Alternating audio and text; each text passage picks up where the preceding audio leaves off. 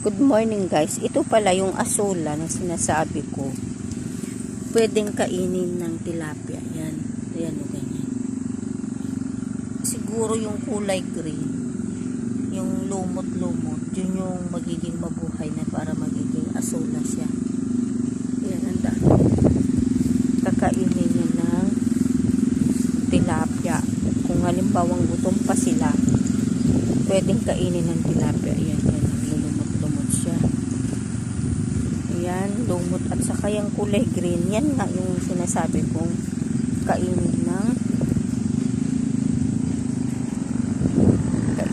tilapia. Ayan, hanggang dun sa dulo. Ayan, pwedeng kainin ng tilapia. Yan.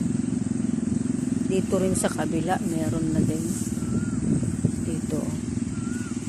Nilinis ni Kuya Max. Ayan. Pakita ko. Ganda kasi yung may puno na yun. May puno siya no? Sa kasaging. Yan, malinis na siya. Buhay na yung asula.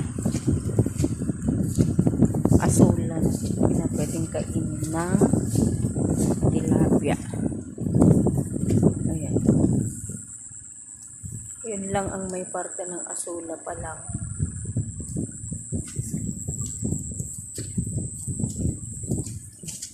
Magandang tingnan pag ano may mga saging sa dito para kita yata yan magandang saging.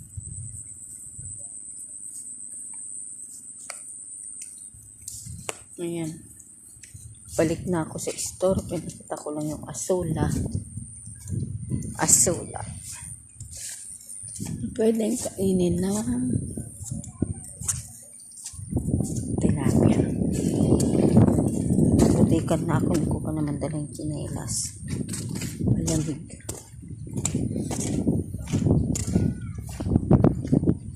Yan yung ancestral house nila Lola.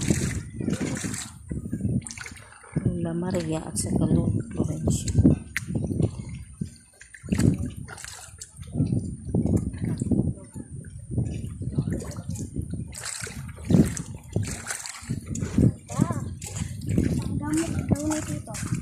Ba't nasaan siya? Karga ka butos mo. Nasaan siya? Nandun. Ano natin ito, journal? Ay, ayan na, nakade. Ala nga gamot. Ala nga journal. Mapanggumatang? Mapanggumatang uno alaon. Alaam? Apa yun na nakade, unig jay? Tamo na dito. Bye.